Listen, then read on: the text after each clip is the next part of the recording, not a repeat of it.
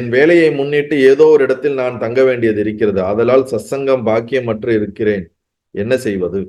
பகவானுடைய பதில், நான் என்பதன் உண்மையே சத்து.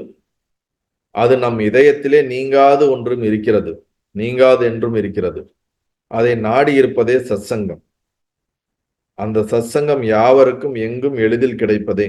சத்சங்கமற்றவர் யாருமே இல்லை என எனலாம். இந்த நபர் என்ன கேட்கிறாரு, வேலை விஷயமா நான் பல இடங்களுக்கு போக வேண்டியதா இருக்குது, நான் உங்களோட இருந்து சத்சங்கத்தை முழுசா கேட்க முடியாம போகுதே அப்படிங்கும்போது, சத்து என்பது உனக்குள்ள இருக்குது, நீதான் அது, உன் இதயத்துல இருக்குது, இருப்புணர்வா இருக்குது. அதனால அந்த இருப்பு உணர்வுல இருந்து நீ எங்கேயும் விலகி போக முடியாது.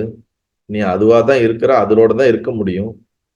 அதனால சத்சங்கம் யாவருக்கும் எங்கும் எளிதில் கிடைப்பதே. சத்சங்கமற்றவர் யாருமே இல்லை. உன்னுடைய சத்துன்ற இந்த உணர்வை விட்டு விலகி போறவங்க யாருமே கிடையாது.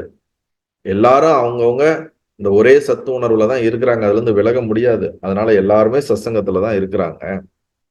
இந்த சத்த உண்மையாலுமே இதயத்துல இருக்கக்கூடிய அந்த சத்த உண்மையாலுமே நாடுவதுதான் ரியல் சத்சங்கம் அப்படிங்கறத இங்க மீன் பண்றாரு. இங்க என்னோட சத்சங்கத்துல இருந்து நீ போறதுனால வருத்தப்படாத, உன் இதயத்துல இருக்கக்கூடிய சத்த நீ நாடு, அதுதான் எங்கேயும் உன்னிட்ட இருந்து பிரிக்க முடியாததுன்னு அவனுக்கு புரிய வைக்கிறார். உள்நோக்கி திரும்பி பார்க்க வைக்கிறார். நல்லது.